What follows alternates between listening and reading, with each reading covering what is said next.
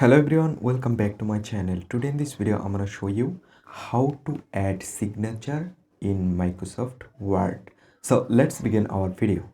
So here you can see in this file I just want to add signature. What I need to do, I just take a picture on my mobile from my mobile and then I take it to my PC. Right now I go on insert, select picture and select this device,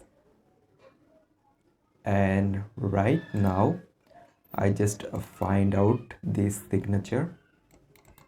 So this is signature. I just select insert. So right now what I need to do, I just need to crop it. Select crop option and make it very small on here. So from top, from bottoms, from left side or right side, I just make it small, crop it. So right now what I need to do, I just need to select this option and select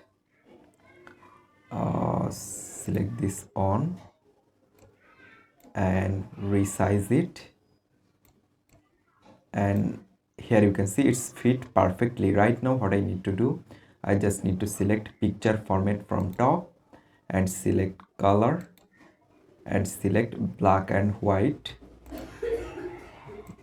So here you can see the signature already added successfully. So in this way you can add signature in Microsoft Word file. So I hope you can understand. Hope guys this video can help you. Don't forget to like and subscribe to my channel.